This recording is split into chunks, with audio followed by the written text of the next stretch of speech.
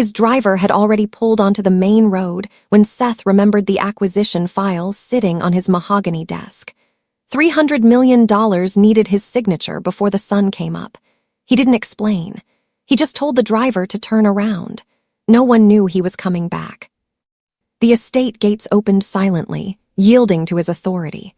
The garden lights glowed soft and harmless, illuminating the path he had walked 1,000 times. He stepped onto the gravel, his mind already on the contract, and then a hand slammed over his mouth. It hit him hard. "Don't move." It was Mabel. The old gardener dragged him with surprising strength behind a wall of tall foxgloves. Her grip was iron, her palms smelling of damp earth and rosemary. "Don't breathe," she whispered into his ear. "Just listen." Through the cracked study window, a voice floated into the night air. It was Anita. She sounded calm, steady, almost bored. "Yes," Anita said into the phone. "I increased the dosage." There was a pause. Seth felt the cold air settle into his lungs. "No, not enough to kill him immediately," she continued. "That would raise questions. The doctor already documented liver deterioration. By next week, they'll call it natural progression." Seth's eyes didn't blink. He stared at the shadows of the flowers, his body turning to stone. Inside the room, glass clinked against glass. "He thinks I'm scared of losing him," Anita laughed softly. It wasn't the laugh of a villain. It was the laugh of a woman who had already moved on. "I replaced the green juice supplement 2 months ago. Slow toxins, undetectable in small increments. By the time he realizes what's happening, he won't even be able to speak." Mabel slowly removed her hand from Seth's mouth. He didn't move. He didn't reach for the weapon tucked into his waistband. He just watched. Inside the house, a man stepped into view beside his wife. It wasn't a stranger or a business rival. It was someone Seth had trusted with his life. The man leaned down, his hands possessive as he kissed Anita's neck. "How much longer?" the man asked. Anita's voice dropped to a low, intimate whisper. 3 weeks. Seth's jaw tightened. He had survived street wars. He had crushed empires. But he had never stood outside his own home, listening to his death being scheduled like a routine meeting. Behind him, Mabel breathed a jagged truth. "They've been doing this for months, Seth." Inside, Anita raised a glass to the empty room. "To freedom," she said.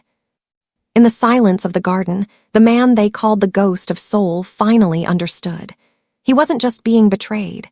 He was being erased. One man's home just became his graveyard. If you're ready to see how the ghost fights back, hit like button and subscribe so you don't miss the next chapter. Also, tell us in the comments the city or country you're watching from.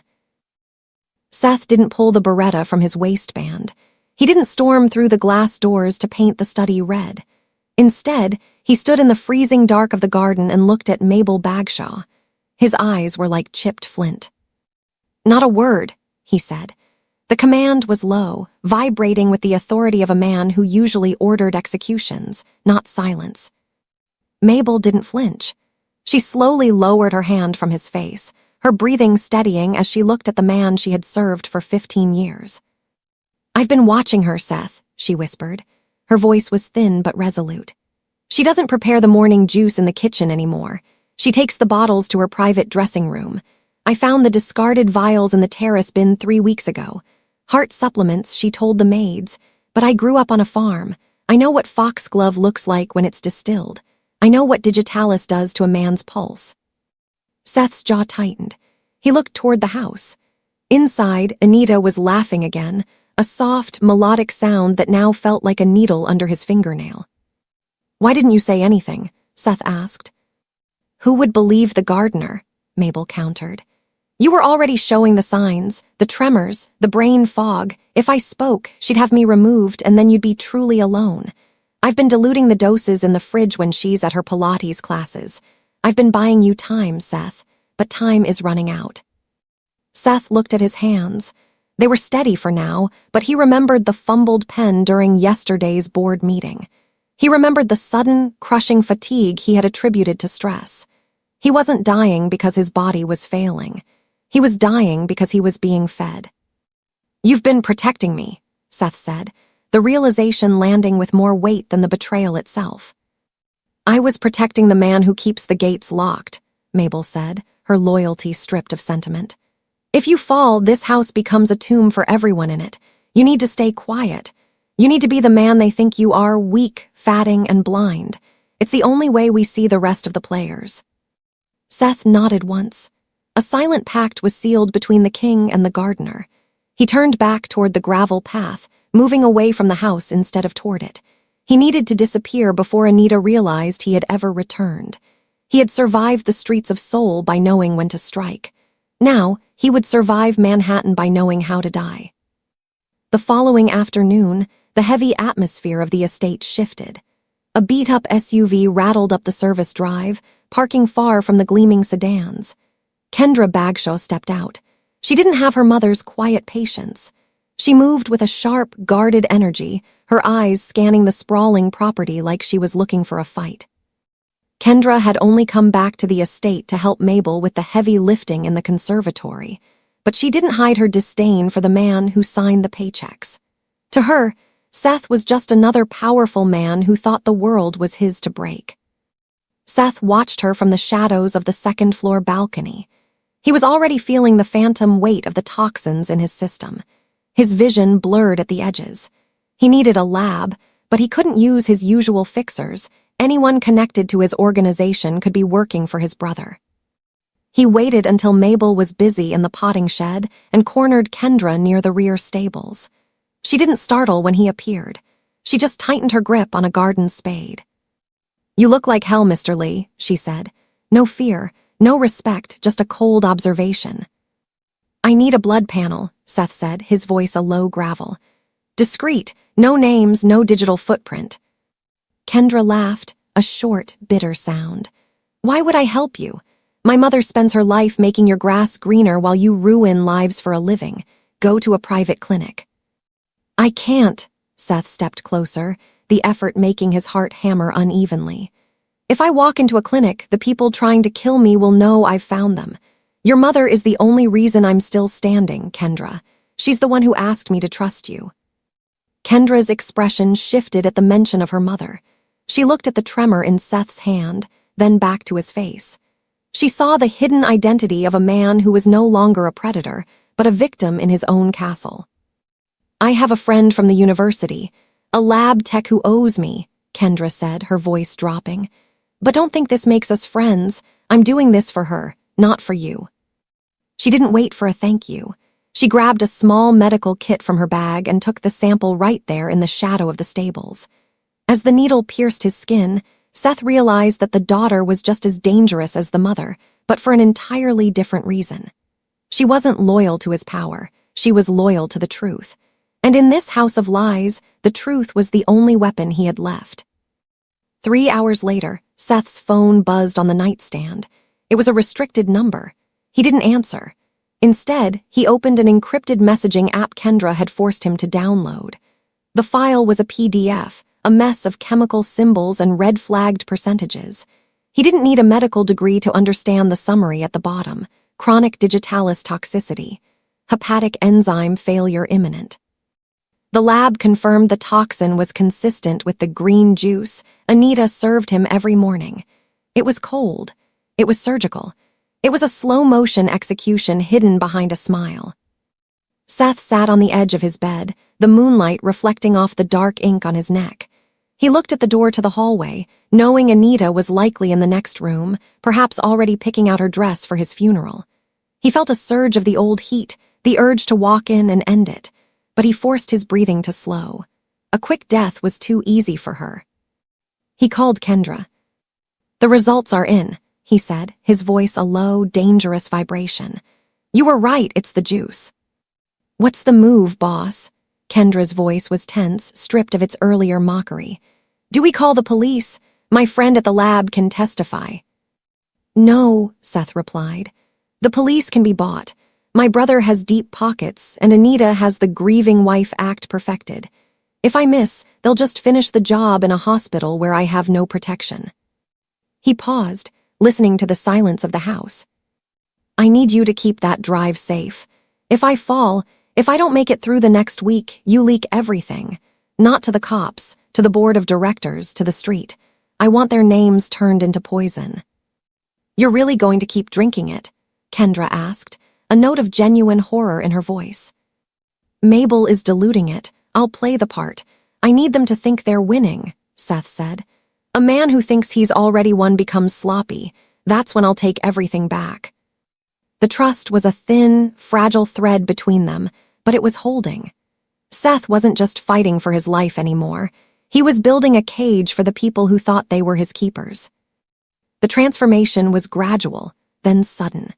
Seth began his masterpiece of deception, playing the role of a dying lion. He allowed his hands to shake during morning coffee, the porcelain cup clattering against the saucer with a sound that signaled his end. He slurred his words in the hallway, letting Anita catch him leaning against the wall for support. In the boardroom, he was a ghost of his former self. He missed key details, staring blankly at the Manhattan skyline while his younger brother led the presentations. The board members exchanged worried glances, while his brother's eyes gleamed with a predatory hunger. The false victory was taking root. The villains were convinced the finish line was in sight. Mabel watched him from the garden, her heart heavy as she saw him stagger across the terrace. She knew it was a performance, but the realism chilled her. One evening, as she trimmed the hedges near his bench, she leaned in close. "You're playing this too well, Seth," she whispered. "The CFO was in the study today. He was laughing with your brother about liquidation. They aren't waiting for you to pass anymore. They are getting impatient. Evil doesn't stay patient forever." Seth didn't look up. He kept his gaze fixed on his trembling knees. "Let them be impatient, Mabel. An impatient enemy makes mistakes. They think they've already inherited the crown. They've stopped looking for the knife." Inside the house, Anita's confidence had turned into a cold, bright arrogance. She no longer hid her phone calls. She stopped pretending to be the concerned wife when the doors were closed. She stood over him as he lay on the sofa, her face a mask of beautiful, terrifying indifference. "You should rest, Seth," she said, her voice dripping with mock sympathy. "The end is coming soon, just let go." Seth closed his eyes, his breathing shallow and ragged. Behind his eyelids, he wasn't dying. He was counting the days. He was waiting for the moment they felt so safe that they would say too much. But as Mabel had warned, the escalation was coming, and the stakes were about to turn lethal. The air in the house grew thin as Anita's patience finally evaporated. She was tired of the slow crawl toward the finish line. One afternoon, Mabel was quietly working in the kitchen, her back to the door, when she heard the distinct click of a pill bottle. Through the reflection in a stainless steel toaster, Mabel saw Anita standing by the refrigerator. She wasn't just pouring the juice, she was emptying a vial of concentrated powder into the glass. The dosage was double what it had been the week before. This wasn't a slow burn anymore, it was a sprint to the grave.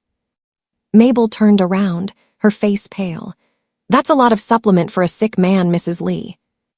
Anita didn't jump. She didn't look guilty. She simply set the glass down and turned to Mabel with a cold, terrifying smile. The mask of the grieving wife was gone. "You've lived a long time, Mabel," Anita said, her voice like ice. "Too long. You think I haven't noticed the way you linger in the hallways, the way you look at me. You're a gardener, you should have stuck to the dirt." "I know what you're doing," Mabel whispered, her voice trembling. "He knows, too." Anita's laugh was sharp. "He doesn't know what day of the week it is, and as for you, you're finished. Get your things, you're fired. If I see you on this property by sunset, I'll have security throw you into the street." Mabel was ushered out by two of Seth's own guards, men who had shifted their loyalty to the CFO and Seth's brother weeks ago. Seth watched from the window, his heart sinking. He saw Mabel standing at the gate, her shoulders slumped, her small bag of belongings at her feet. He was now truly alone in the house. No more diluted doses, no more silent protection. That evening, Anita brought the glass to his bedside. She sat on the edge of the mattress, stroking his hair with one hand while she held the poison with the other. "Drink up, Seth," she murmured. "It's almost over." Seth looked into her eyes, seeing the void where a soul should have been. He took the glass. His hands didn't shake this time. He knew that if he drank this, he might not wake up. But the performance had to continue. He tilted the glass back, the bitter taste of betrayal hitting the back of his throat. Mabel Bagshaw was not a woman who surrendered. She had spent decades coaxing life from stubborn soil, and she wasn't about to let the man she protected be choked out by weeds. That night, under a moonless sky, Mabel bypassed the security cameras she knew were blind spots. She moved through the service entrance, her breathing heavy but her resolve unshaken. She reached the kitchen with a fresh bottle of the supplement, pure, untainted, intending to switch it one last time. She was seconds away from the cabinet when the lights flickered on. The CFO stood in the doorway, his tie loosened, a glass of scotch in his hand. He didn't look surprised. He looked disgusted. "The gardener," he said, his voice dripping with condescension. "Anita said you were a pest. I told her you were a liability." "You're killing a man who trusted you," Mabel said, her voice steady even as her heart hammered. "You think the money will hide the smell of what you've done." "Money hides everything, Mabel." He stepped toward her. Mabel didn't back down. She swung the heavy glass bottle, a desperate arc of defiance, but the CFO was younger and faster. He lunged, grabbing her wrists. The struggle was short and brutal. He shoved her back, a hard, panicked burst of strength. Mabel's heel caught on the edge of the marble island. She fell backward, the world tilting. There was a sickening thud as her head struck the sharp corner of the countertop. The silence that followed was deafening.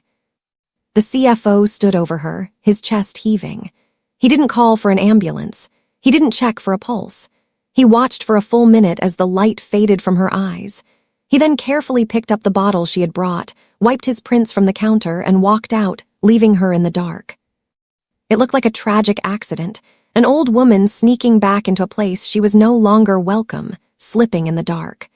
But when the morning sun hit the kitchen floor, Seth saw the truth. He stood over Mabel's body, his face a mask of cold, vibrating rage. The conspiracy was no longer just about his life or his money. It was about the only person who had stayed when the world went dark. The hidden identity of the victim died with her. The ghost was back. And this time, he wasn't just going to survive. He was going to burn them all. The news of Mabel's accidental fall hit the estate like a physical blow. Kendra Bagshaw didn't arrive with tears. She arrived with fire. She pushed past the security guards at the gate, her face a mask of grief-stricken fury. When she saw Seth standing near the garden where her mother had worked for years, she didn't see a boss or a powerful man. She saw a catalyst for death. "You brought this into our lives," Kendra spat, her voice cracking with the weight of her loss. "She stayed here to save you. She lied for you. She died in your kitchen because you were too busy playing a game to just end it." Seth didn't defend himself. He didn't point to his trembling hands or mention the poison still circulating in his veins. He stood in the shadow of the foxgloves, his eyes fixed on the spot where Mabel had first stopped him. "They didn't just try to kill me, Kendra," Seth said, his voice a low, hollow rasp. "They killed her. They think she's an entry in a ledger. They think she's a mess they can just mop up." He stepped closer to her, the ghost flickering behind his eyes. "You have the drive. You have the blood results. But that's not enough anymore. If we go to the police now, they'll have the best lawyers money can buy. They'll be out on bail before your mother is even buried." Kendra wiped a stray tear from her cheek, her eyes hardening into something lethal. "Then, what do we do?" "We let them think they won," Seth said. "We give them the victory they've been killing for. When they think I'm gone, they'll stop hiding. They'll show their hands. And when they do, I'm going to take everything they love and turn it to ash." The alliance was no longer about survival or truth. It was a blood pact. Kendra looked at the man her mother had died to protect and finally understood the cost of his world. She didn't want his money. She wanted justice, and Seth was the only one who could deliver it. The annual charity gala was the crown jewel of the city's social calendar, and this year it was supposed to be Seth's wake. He arrived leaning heavily on a cane, his skin a sickly, pale gray, the result of a carefully applied cosmetic film and weeks of staged malnutrition. Anita walked beside him, a vision in black lace, her hand resting on his arm with the practiced tenderness of a grieving widow. To the high society crowd, Seth was a dying king. To the CFO and Seth's brother, he was a walking corpse. Midway through the keynote speech, Seth let the false victory reach its peak. He gripped the edge of the podium, his breathing turning into a ragged, wet wheeze. He looked at Anita, his eyes rolling back, and then he collapsed. The sound of his body hitting the stage was a dull, heavy thud that silenced the room. Pandemonium erupted. As the paramedics, handpicked by Kendra's lab contact, rushed him out, Anita didn't scream. She covered her mouth with a silk handkerchief, hiding a smile. Within an hour of the collapse, the predators stopped pretending. Back at the estate, the CFO and Anita met in the study. They poured the finest whiskey Seth owned. To the end of an era, the CFO toasted, his voice loud and arrogant. The doctors say he won't last the night. I've already authorized the transfer of the shell company assets. By the time the board meets tomorrow morning, the majority share will be in our names. Anita leaned back in Seth's leather chair, a glass in her hand. He was so easy to break. He actually thought I was crying for him. He died thinking he was loved. That's the most pathetic part. They laughed, a cold, hollow sound that filled the room. They didn't see the tiny green light of the camera hidden in the eyes of a decorative bust. They didn't see Kendra sitting in a van 3 blocks away, recording every word, every admission of guilt, and every toast to their own downfall. They believed they had won. They believed the ghost was gone. They were wrong.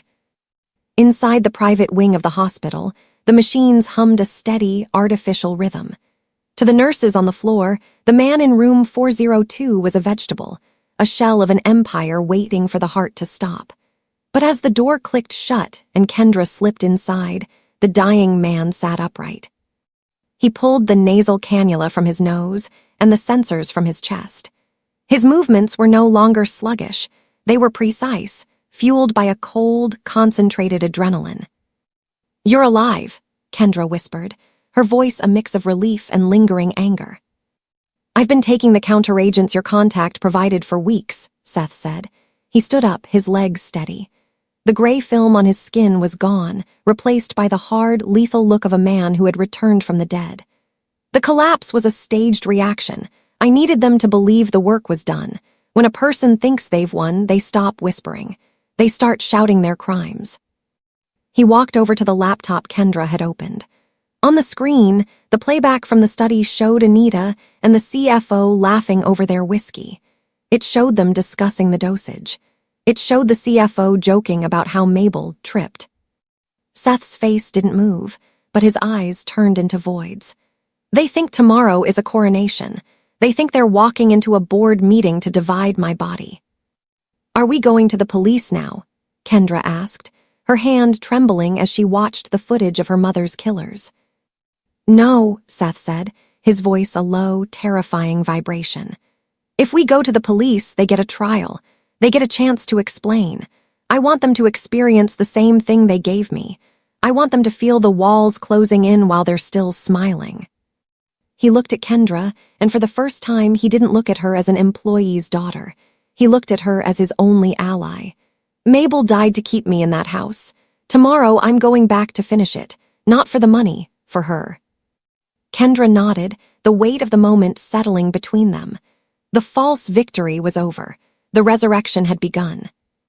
The boardroom on the 60th floor was a temple of glass and steel, overlooking a city that had no idea its king was about to return. Anita sat at the head of the table, dressed in a sharp, ivory suit, the color of a new beginning. Beside her, the CFO gripped a leather briefcase containing the final asset transfers. The air was thick with the smell of expensive coffee and the quiet hum of victory. "Given the tragic circumstances of my husband's health," Anita began, her voice a masterpiece of rehearsed sorrow, "we are here to ensure the stability of this empire. The majority shares have been consolidated. We simply need the board's final." The heavy oak doors at the end of the room didn't open. They were slammed back with a force that rattled the glass walls. The room went ice cold. Seth walked in. He wasn't leaning on a cane. He wasn't shaking. He moved with a terrifying, predatory grace, his black suit tailored to perfection, his eyes fixed on Anita with the intensity of a laser. Behind him, Kendra Bagshaw walked with her chin high, clutching a tablet. Anita's face drained of color, turning a sickly, translucent white. The CFO dropped his pen, the sound echoing like a gunshot. You're in the ICU, the CFO stammered, his voice cracking. I was, Seth said, his voice a low, gravelly vibration that filled every corner of the room. But then I realized I couldn't miss my own funeral. Before they could speak, the massive screens on the wall flickered to life. There was no corporate logo. Instead, the audio of the study played, clear, crisp, and damning. I increased the dosage, Anita's recorded voice rang out. I replaced the juice with slow toxins. Then the CFO's voice. Mabel was a pest. She tripped. The board members gasped, leaning away from Anita and the CFO as if they were suddenly radioactive. Security didn't move to help the new owners. They stood at the doors, their arms crossed, looking only at Seth. The police are in the lobby, Seth said, leaning over the table until he was inches from Anita's face. He didn't shout. He didn't rage. He just looked at her with a terrifying clarity. You didn't marry a patient, Anita. You married a man who knows exactly how to bury his enemies. Anita tried to stand, but her legs gave out. She slumped into the chair she had tried to steal, a ghost of the woman she was 10 minutes ago. The CFO was already being led out in handcuffs, his arrogance replaced by a panicked, silent sob. Seth watched them go, but he didn't feel the rush of victory. He felt the silence of a man who had won back a kingdom he no longer recognized. The estate was quiet again. The sirens were a distant memory, and the lawyers had finally stopped calling. Anita and the CFO were being held without bail, their lives reduced to evidence files and court dates. The ghost had his empire back, but as Seth walked the grounds, the weight of the silence was heavier than the crown. He stopped at the edge of the terrace, exactly where Mabel Bagshaw had first pressed her hand to his mouth. The purple foxgloves were in full bloom, their bells nodding in the evening breeze. They were beautiful, but they were no longer a weapon. They were just flowers. Kendra was there, kneeling in the dirt. She wasn't wearing the sharp clothes she had worn to the boardroom.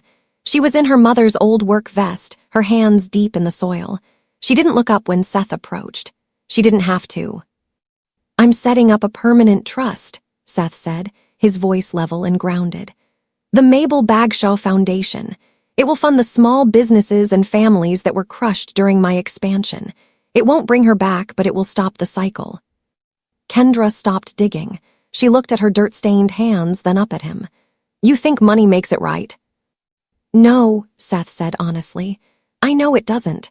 But for the first time in my life, I'm not using money to buy a result. I'm using it to admit I was wrong. He sat on the stone bench, the same one where he had performed his weakness for weeks. He looked at Kendra, the woman who had seen him at his absolute lowest and hadn't flinched. There was no romantic music, no dramatic confession. There was just an earned, weary respect. I thought power meant having the most people under your thumb, Seth murmured, looking out over the garden. It doesn't. It just means knowing who stays when the lights go out. Kendra stood up, wiping her hands on a cloth. She walked over and stood beside him, not behind him like a servant, and not beneath him like a subordinate. She stood as an equal. My mother saved you because she believed there was something in you worth saving, Kendra said. Don't make her a liar. Seth looked at the house, then back at the garden. The betrayal was over. The illness was gone. The fake king had died in that boardroom, and a real man had taken his place. He didn't need a wedding or a victory parade. He just needed the stability of the earth beneath his feet and the honesty of the woman standing next to him. The ghost of soul was gone. Lee Seth was finally home. When a king falls, only the loyal remain. If this story moved you, hit the like button and subscribe to join our circle for more tales of quiet justice. Please subscribe and tell us in the comments the city or country you're watching from.